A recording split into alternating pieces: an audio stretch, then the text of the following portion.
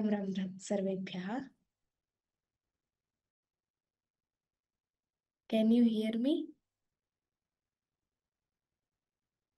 Okay. Yes.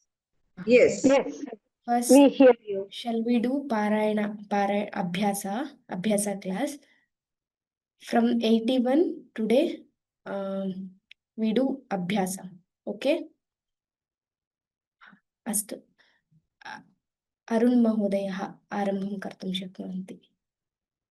इतः दैवयज्ञशौचिवृक्षि. महोदय दैवयज्ञशौचवृक्षि साध्यमुग्रिकाण्ठे विद्धिभ्योऽन्यतरस्यां समर्थानां प्रथमद्वा प्राग्दिव्यतोण अश्वपत्यादिभ्यश्च दित्यदित्यादित्यपत्युत्तरपदान्यः उत्सादिभ्योऽञ् स्त्रीपुंसाभ्यां नञ् भवनात् गोत्रे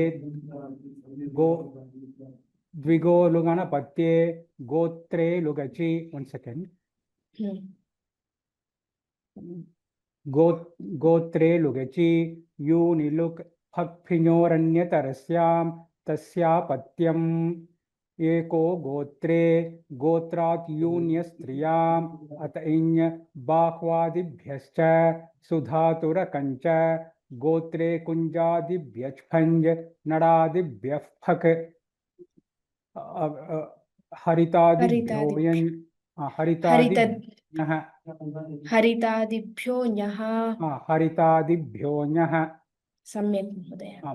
Swaminath. यनिनोश्च. From यनिनोश्च.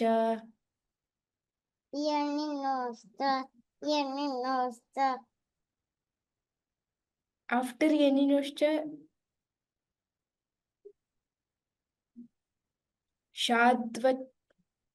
शरद्वच्छुनक.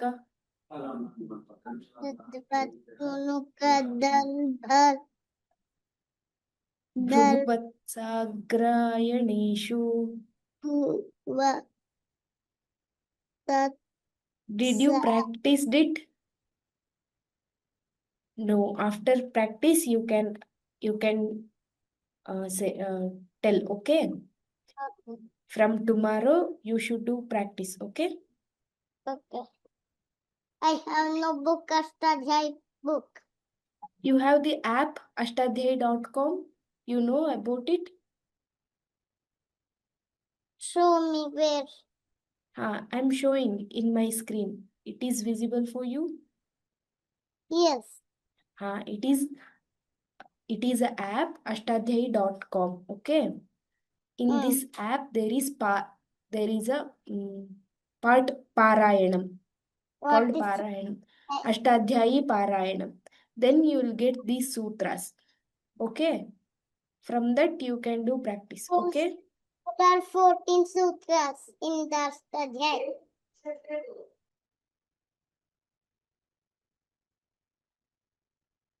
What happened?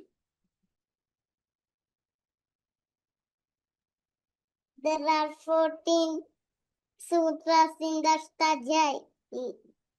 Not 14. Yes.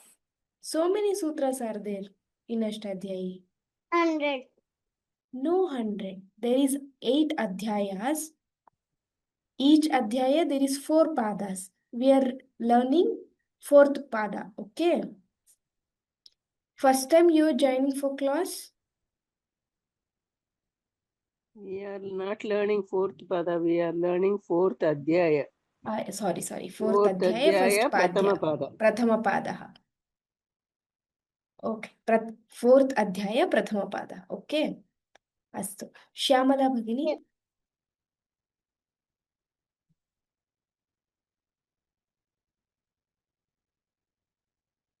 Shyamala Bhagini.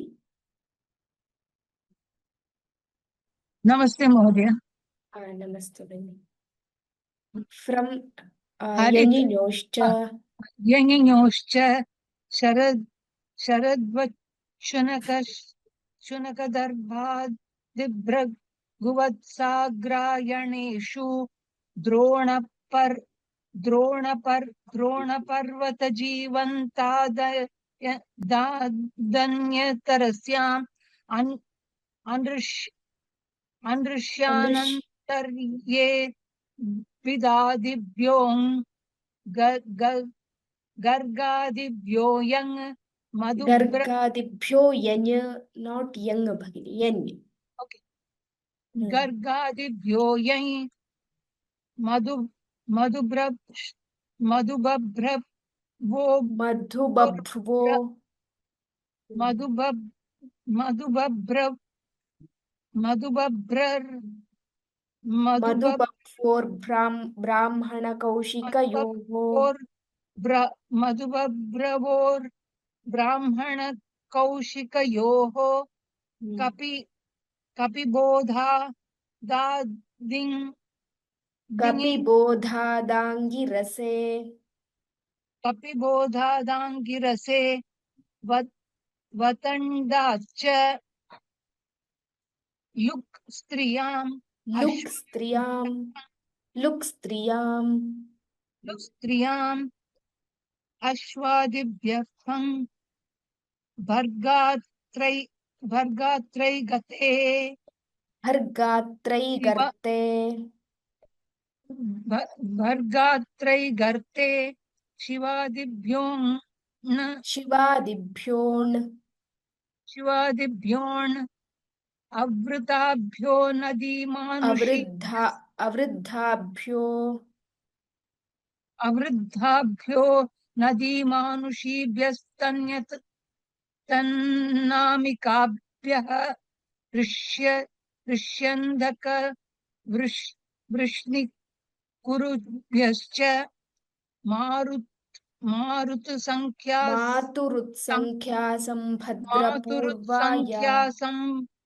मातुरुत्सङ्ख्यासं भद्रपूर्वायाः कन्यायाः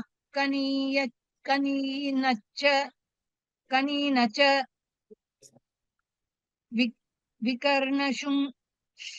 विकर्णशुङ्ग शुङ्गच्छगल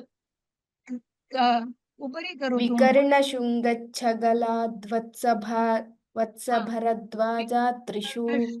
कर्णशुङ्गच्छगलात् तत्सा भरद्वाजा त्रिषु Shrungachagaladvatsa Bharadvaja Trishu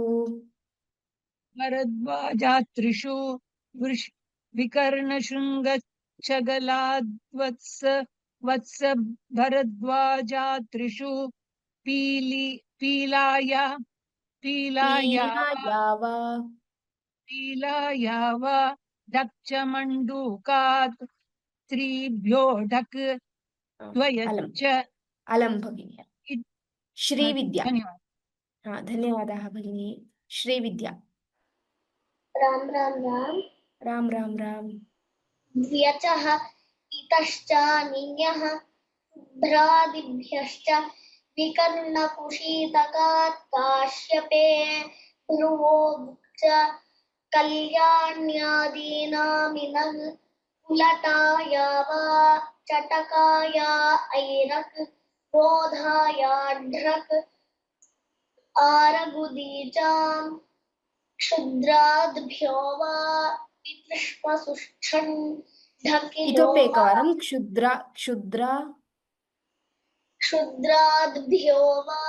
क्षुद्राभ्यो वा दकार इज नॉट देयर. क्षुद्राभ्यो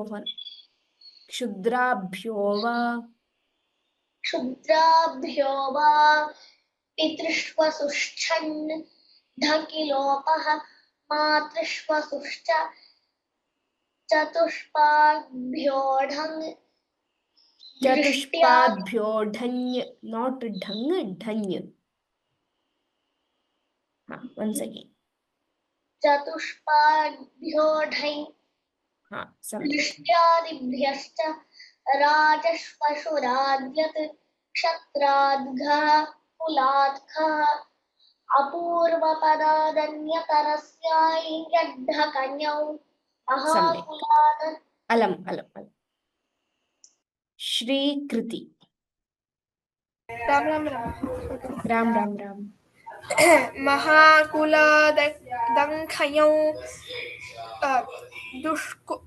दुष्कुलाढक स्वसुच्छः भ्रातृव्यच्च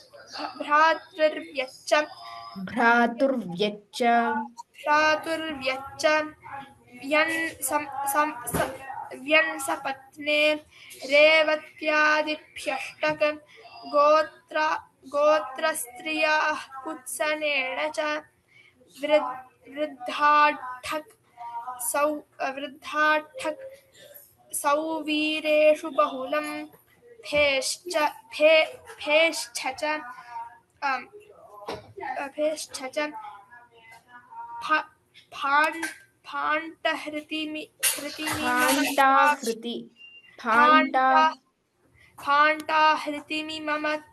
हृतिमिमताभ्यां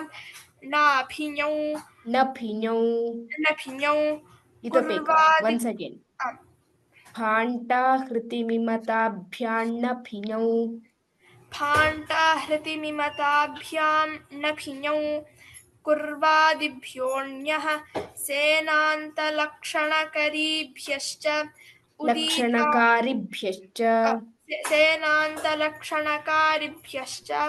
उदीचामिं तिकादिभ्यः भिन् कौसल्यकार्मार्याभ्याञ्च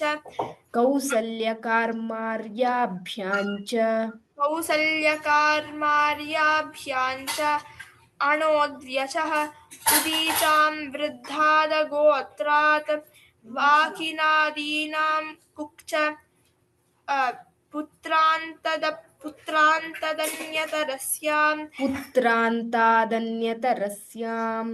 पुत्रान्तादन्यतरस्यां प्राचामवृद्धात् भिन्बहुलं मनोर्जातावन्यतौ शुक्च अपत्यं पौत्रप्रभृतिगोत्रं जीवति तु वंश्ये युवा भ्रातरि च ज्यायसि वान्यस्मिन् सपिण्डे स्थविरतरे जीवति वृद्धस्य च पूजायां यूनश्च कुत्सायां जनपदशब्दात् क्षत्रियादिं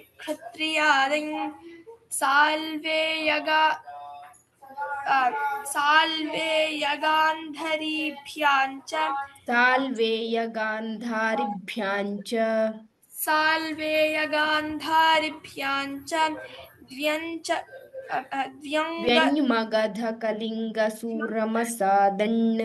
द्व्यङ्मगधकलिङ्गसूरमसादण् वृद्धेत् कोसलाजादान्यं सम्यक् अलम् राम पद्मावती भगिनी राम द्व्यन्मगध from here भगिनी वृद्धेत् कोसलात्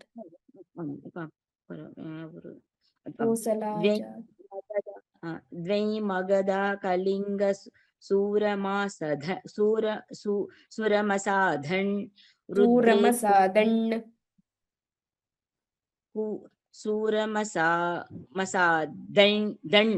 द्वैमगधकलिङ्गसूरमसादण् वृद्धेत् कोसलाजादन्यङ् कुरुनादिभ्योऽन्यः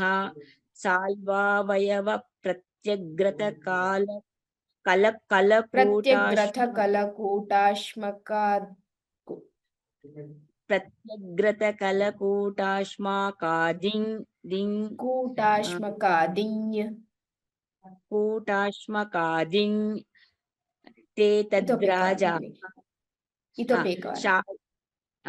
शाल्वावयवप्रत्यग्रतकलकूटाश्मकादिन् ते तद्राजाः कंबोजालुक् तु श्रियामन् श्रियामवन्ति स्त्रियामवन्ति कुन्ति कुरुभ्यश्च भवन्ति कुरुभ्यश्च अतश्च न प्राच्य भर्गादि यौधेयादिभ्यः न प्राच्य भर्गादियौधेयादिभ्यः न प्राच्य भर्गादि यौधेयादिभ्यः हाँ सम्यक् ज्ञाद्विगोषिद्गौरादिवाहो एकनिमिषम् हाँ न दृश्यते इति न द्व्याद्विगोषिद्गौरादि ज्ञाद्विगोषिद्गौरादिवाहो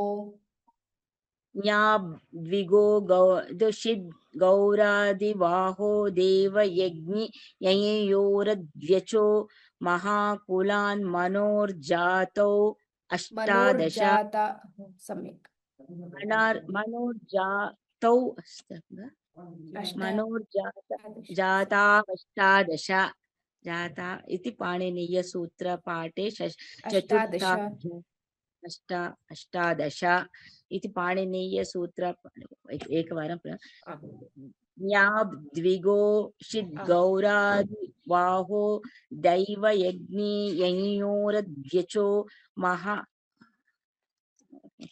महाकूलान् मनोर्जातावष्टादश इति पाणिनीयसूत्रपाठे चतुर्थाध्याये प्रथमः पादः इदानीं न दृश्यते इदानीं दृश्यते कुतः भगिनी दैवयज्ञशौचिवृक्षिसात्यमुग्रि 81 ओके श्रीगुरुभ्यो नमः दैवयज्ञशौचिवृक्षि सात्यमुग्रि काण्ठे विद्दिभ्यः बाप्रे अन्यतरस्य समर्थानां प्रथमा द्वा अस्ति किल भगिनि तत्र एवं समर्थानां प्रथमा द्वा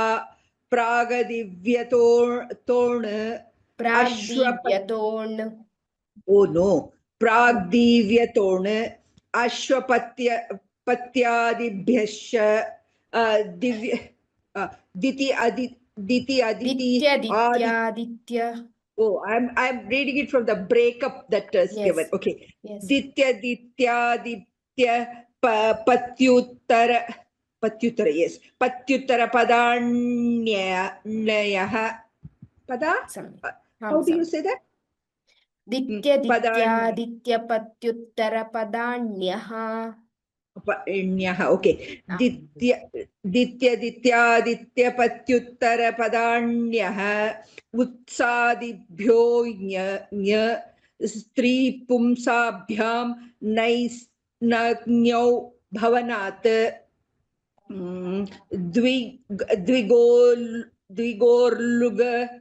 द्विगोर्लुगनपत्ये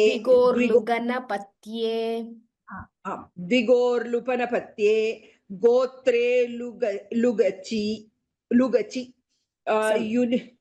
यूनिलुक् किञ्चित् उपरि करोतु भगिनि आम् कृतं पश्यतु where is that okay यूनिलुक्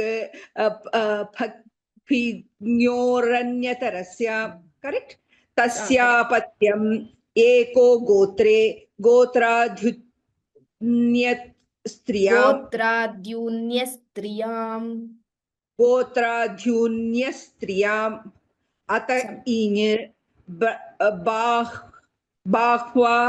बाह्वादिभ्यश्च सुधातुरकञ्च गोत्रे this is गोत्रे कुञ्जादिभ्यश्फञ् गोत्रे कुञ्जादिभ्यश्चङ् गोत्रे कुञ्जादिभ्यश्चिफङ् one half sh and one half ch right yes गोत्रे कुञ्जादिभ्यश्चिफङ् Okay. सम्यक् किंचित okay.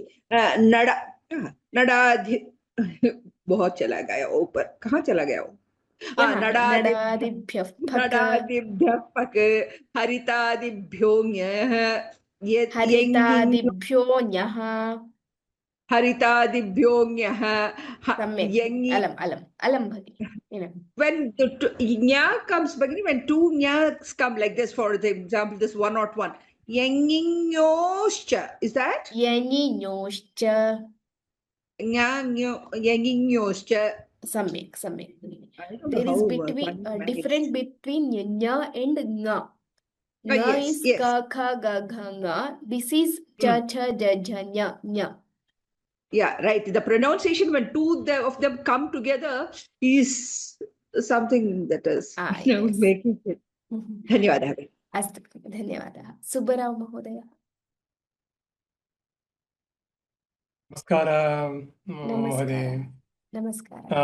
कुत्र नडादिभ्यो पक्क यञिञोश्च यञिञोश्च शरद्वच्चुनुकदर्भाद् भृगुवत्साग्रायणेषु द्रोणपर्वतजीवन्तादन्यतरस्याम् अन्नृष्यानन्तर्ये विदादिभ्यो यै गर्गादिभ्यो यै मधुबभ्रवोर्ब्राह्मणकौशिकयोः कपिबोधादाङ्गिरसे सेकेंड दकार इज अल्प प्राणम महोदय. कपिबोधादाङ्गिरसे सम्यक्. पतण्डाच्च लुक् स्त्रियाम् अश्वादिभ्यः पै वर्गात्रैगत्ते शिवादिभ्योन् अवृद्धाभ्यो नदीमानुषीभ्यस्तन्नामिकाभ्यः when it is we are saying splitted version, then तन्नामिकाभ्यः अवरुद्धाभ्यो नदीमानुषभ्यस्तन्नामिकाभ्यः. yes, it is correct. ऋष्यन्धकवृष्णिकुरभ्यश्च कुरुभ्यश्च वृष्णिकुरुभ्यश्च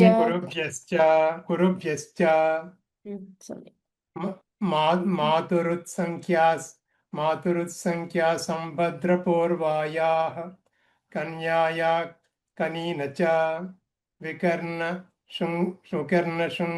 शुङ्गच्च गलाद् वत्स भारद्वाजात्रिषु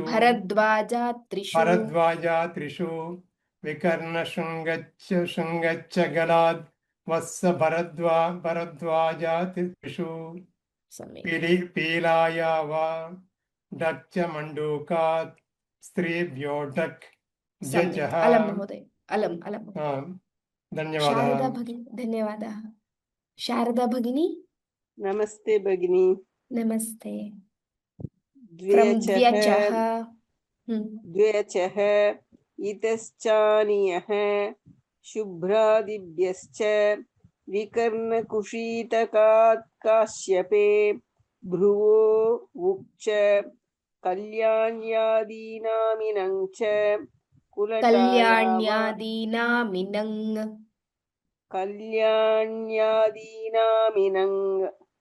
च नास्ति वा?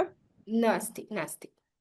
कल्याण्यादीनामिनं कुलटाया वा चटकाया ऐरक् गोधाया ढ्रक्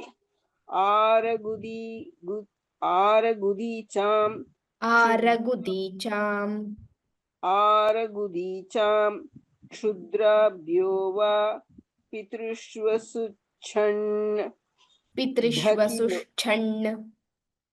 पितृष्वसुच्छन् ढकि लोपः मातृश्वसुश्च चतुष्पाद्भ्यो ढै गृष्ट्यादिभ्यश्च राजश्वशुराद्यत् क्षत्राद्गः कुलात् खः अपूर्वपदादन्यतरस्यां यड्ढकयौ अलम् महोदय महाकुल महोदय सम्यक् धन्यवादः धन्यवादः भगिनी चैत्रा भगिनी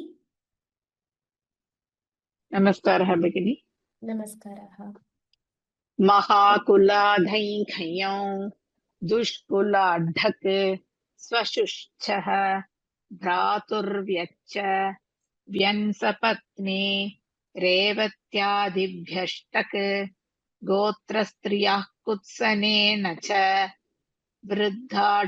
वृद्धाठक् सौवीरेषु बहुलम् पेश्च च पाण्टाकृतिमिमताभ्यां न भिञौ कुर्वादिभ्योऽन्यः सेनान्तलक्षणकारिभ्यश्च उदीचामिञ् तिकादिभ्यः पिञ् कौसल्यकार्मार्याभ्यां च अनोद्व्यचः उदीचां वृद्धादगोत्रात् वाकिनादीनां कुक् पुत्रान्तादन्यतरस्यां प्राचामवृद्धात्भिन् बहुलम् मनोर्जात् अलम् धन्यवादः सुजाता धन्यवादः भगिनी सुजाता भगिनी नमस्ते भगिनी नमस्ते मनोर्जाता वञ्यतौ शुक् च अपत्यं मनोर्जाता वन्यतौ शुक् च मनोर्जाता वञ्यतौ शुक् च अपत्यं पौत्रप्रभृति गोत्रं जीवति तु वंशे युवा भ्रातरि च ज्यायसि वान्यस्मिन् सपिण्डे स्थविरतीरे जीवति स्थविरतरे जीवति वान्यस्मिन् सपिण्डे स्थविरतरे जीवति वृद्धस्य च पूजायां यूनश्च कुत्सायां जनपदशब्दात् क्षत्रियादै साल्वेय गान्धारिभ्यां च द्वैं मगध कलिंग सूरमसादण् वृद्धे कोसलाजातैं कुरु वृद्धेत् कोसलाजादान्यन् वृद्धेत् कोसलादाजाद्यन् वृद्धेत् कोसलाजादान्यन् कुरुनादिभ्योऽन्यः साल्वावयव प्रत्यग्रथ कूटाश्मकादिञ्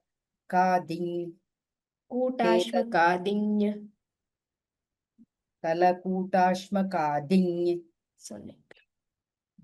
ते तद्राजाः कम्बोजाल्लुक स्त्रियामवन्ति कुन्ति कुरुभ्यश्च अतश्च न प्राच्य वर्गादि यौदेयादिभ्यः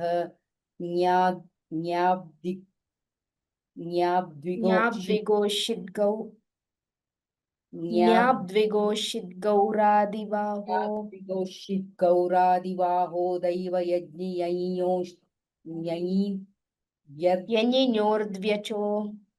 यञ्योर्द्व्यचो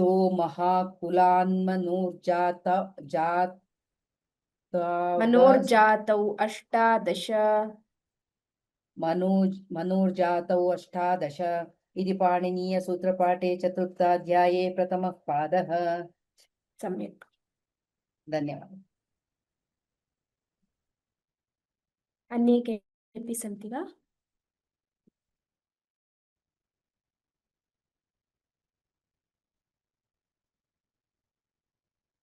पठामि वा आचार्य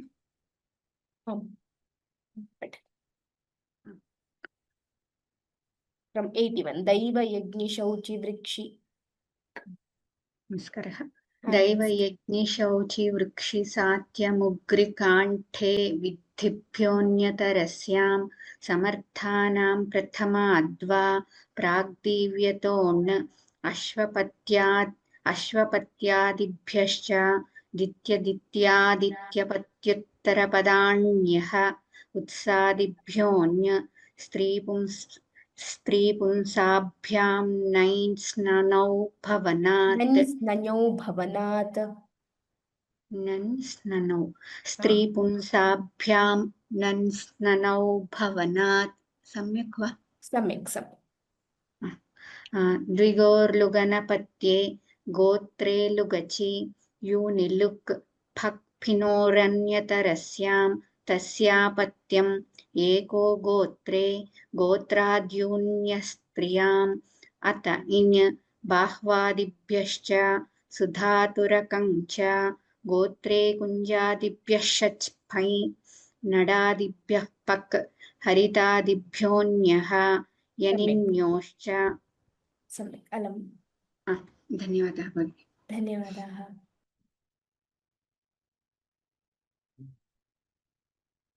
रिहान् अस्ति वा? राम सरस्मि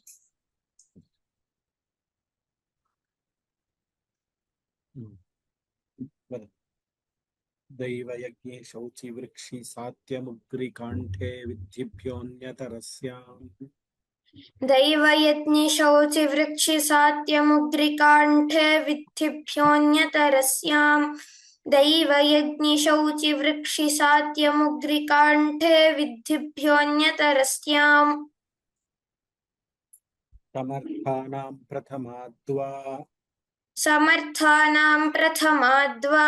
समर्थानां प्रथमाद्वा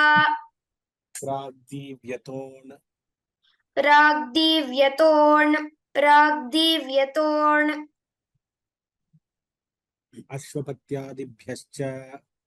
अश्वपत्यादिभ्यश्च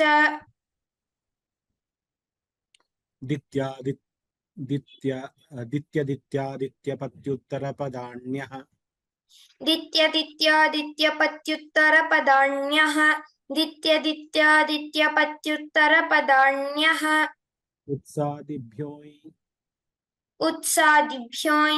उत्सादिभ्योन् स्त्रीपुंसाभ्यां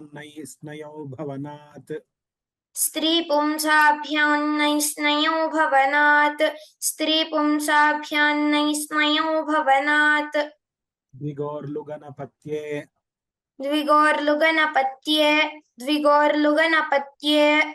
गोत्रे लुगचि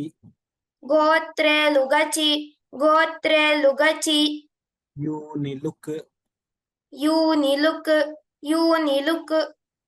फक्फियोरन्यतरस्याम्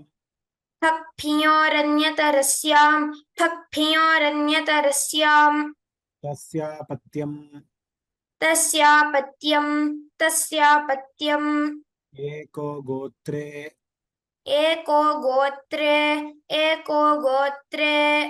गोत्राद्यून्यस्त्रियाम् अत इं बाह्वादिभ्यश्च सुधातुरकञ्च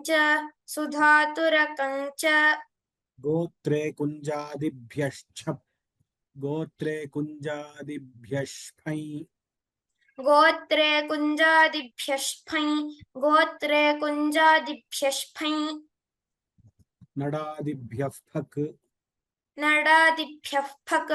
नडादिभ्यः फक् हरितादिभ्यो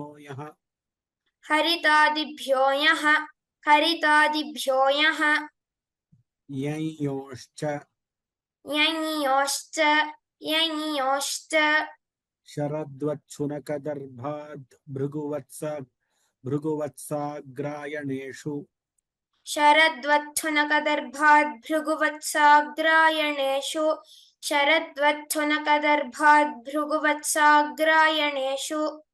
द्रोणपर्वतजीवन्तादन्यतरस्याम्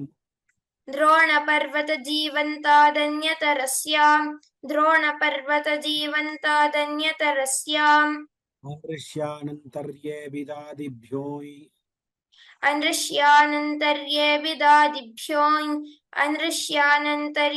दादिभ्योऽन् गर्गादिभ्यो यञ् गर्गादिभ्योऽयन्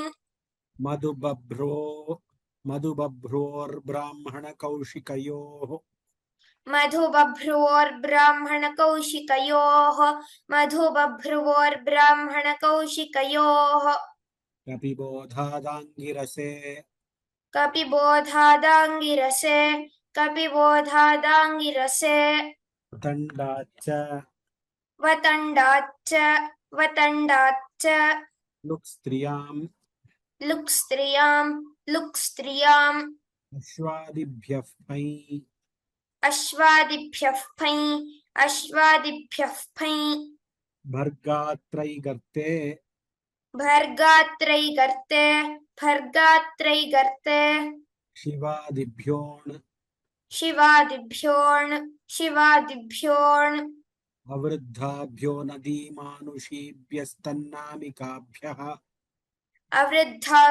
नदीमानुषीभ्यस्तन्नामिकाभ्यः अवृद्धाभ्यो नदीमानुषीभ्यस्तन्नामिकाभ्यः ऋष्यन्धकवृष्णिकुरुभ्यश्च ऋष्यन्धकवृष्णिकुरुभ्यश्च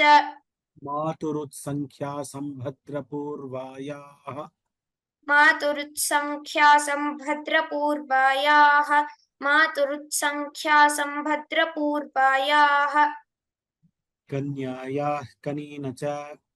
कन्यायाः कनीन च कन्यायाः कनीन च विकर्णशृङ्गच्छगलाद्वत्सभरद्वाजात्रिषु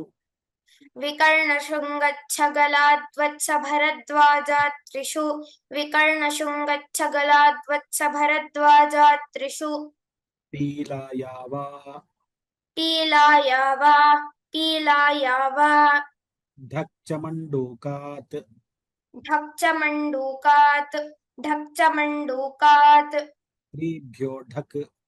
स्त्रीभ्यो ढक् व्यचः व्यचः इतश्चानीयः इतश्चानीयः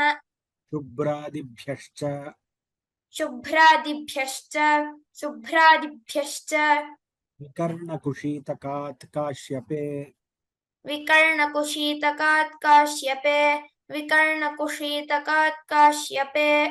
भ्रुवोमुक्च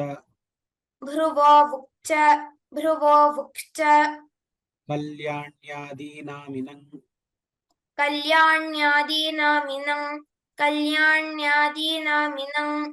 कुलटाया वा चटकाया ऐरक्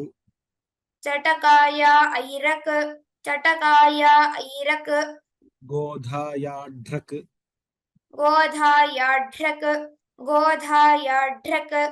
आरगुदीचाम् क्षुद्राभ्यो वा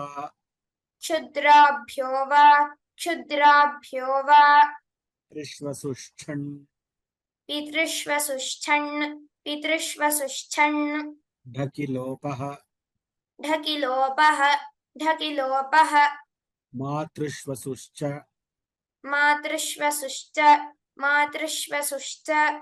चतुष्पाद्भ्योढै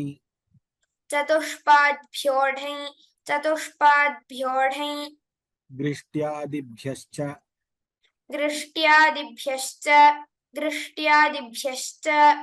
राजश्वशुराद्यत्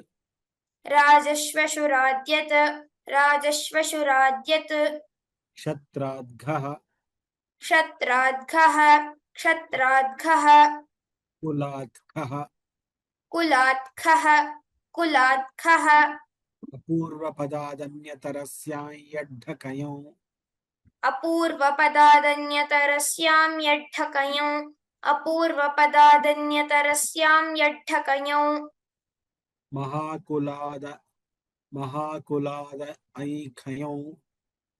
महाकुलादैङ्खयों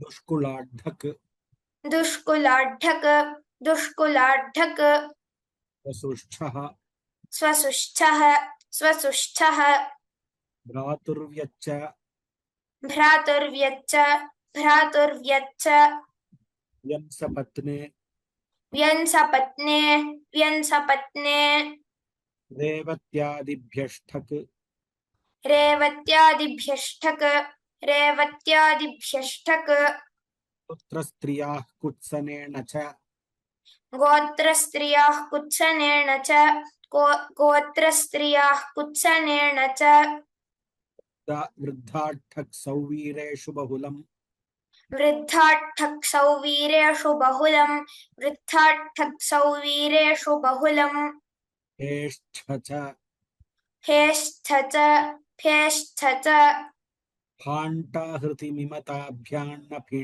न फियौ फाण्टाहृतिमिमताभ्यान्न फियौ फाण्टाहृतिमिमताभ्यां न फियौ पूर्वादिभ्योऽन्यः कुर्वादिभ्योऽन्यः कुर्वादिभ्योऽन्यः सेनान्तलक्षणकारिभ्यश्च सेनान्तलक्षणकारिभ्यश्च सेनान्तलक्षणकारिभ्यश्च उदीचामि उदीचामि उदीचामि टिकादिभ्यः फि तिकादिभ्यः फि तिकादिभ्यः फि कौसल्यकार्मायार्भ्याञ्च कौसल्यकार्मार्याभ्याञ्च कौसल्यकार्मार्याभ्याञ्च अणोद्यचः अणोद्व्यचः अणोद्व्यचः उदीचां वृद्धादगोत्रात् उदीचां वृद्धादगोत्रात्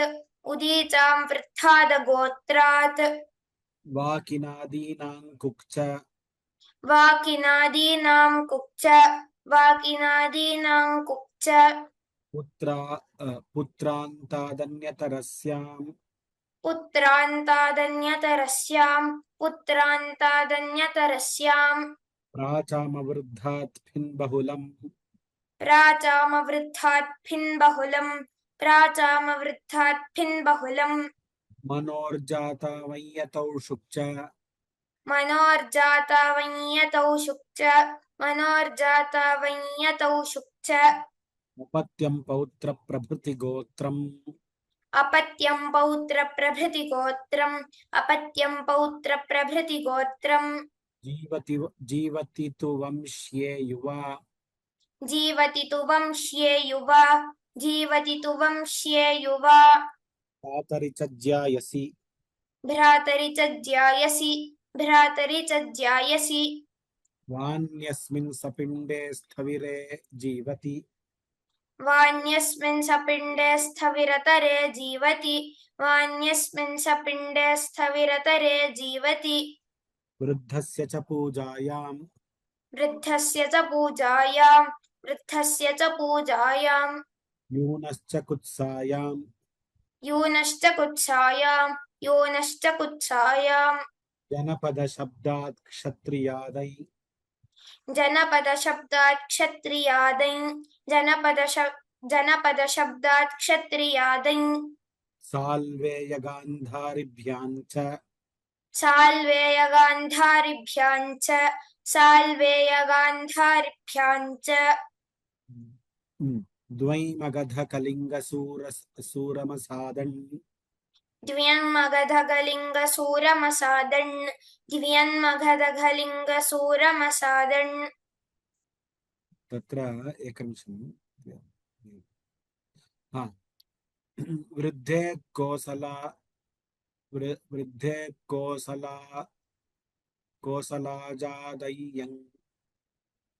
वृद्धेत् कोसलाजादान्यं वृद्धेत् कोसला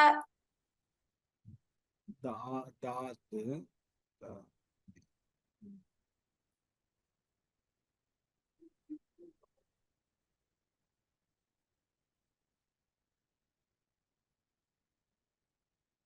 वृद्धेत् कोसलाजादाय्यं वृद्धेत् कोसलाजादान्यं वृद्धेत् कोसलाजादान्यं कुरुनादिभ्योऽन्यः कुरुनादिभ्योऽण्यः कुरुनादिभ्योऽण्यः साल्वावयव प्रत्यग्रत कलकूटाश्मकादी साल्वावयवप्रत्यग्रथकलकूटाश्मकादिं साल्वावयवप्रत्यग्रथकलकूटाश्मकादिं ते तद्राजाः ते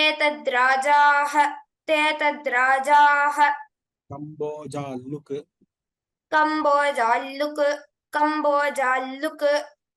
क्रियामवन्ति कुन्तिकुरुभ्यश्च स्त्रियामवन्ति कुन्तिकुरुभ्यश्च अतश्च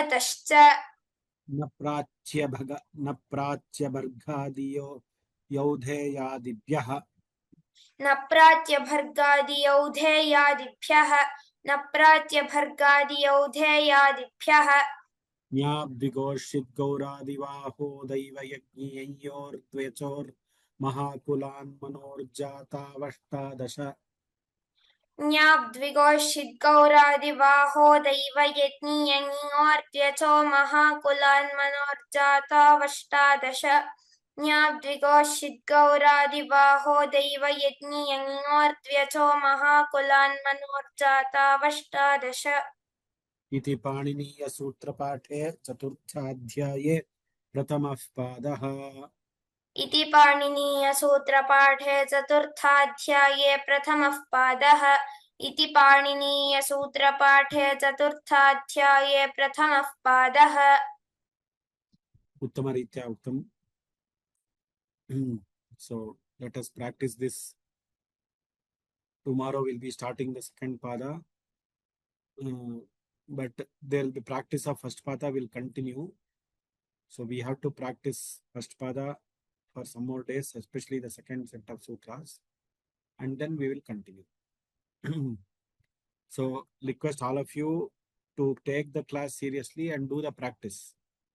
It is not what you learn from me or Mogha when you learn first time.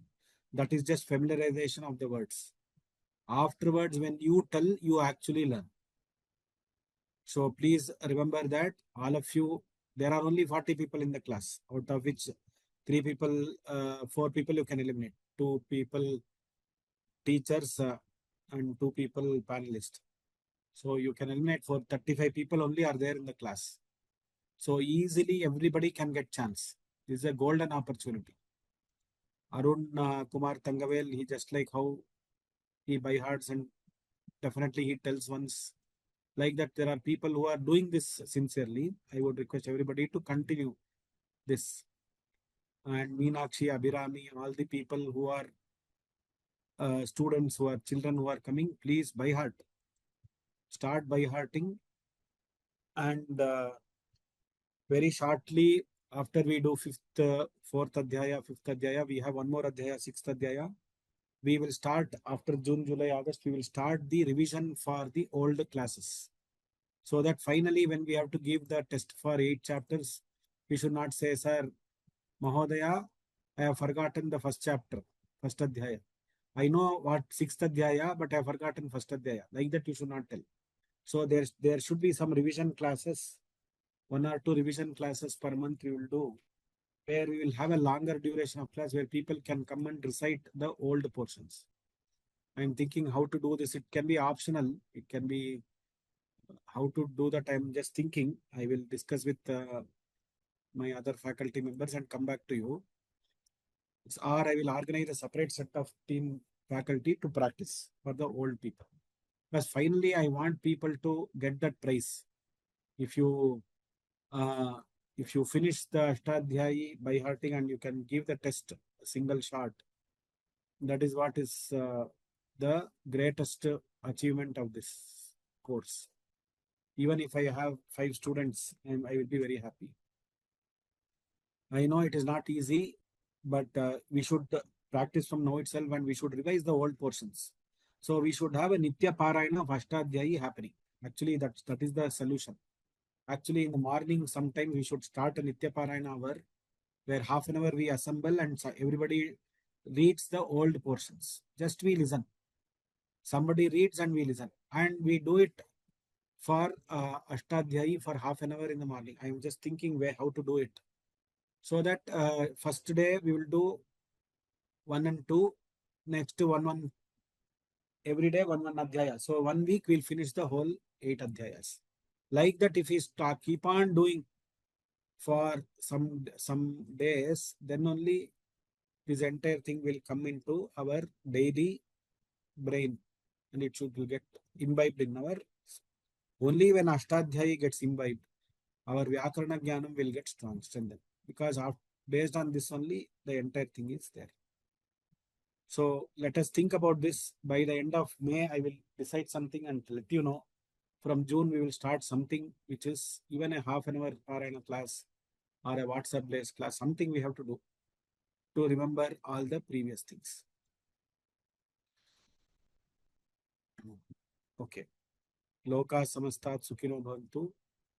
I am happy that all of you are coming and you are attending this class very sincerely. Dhanyavad.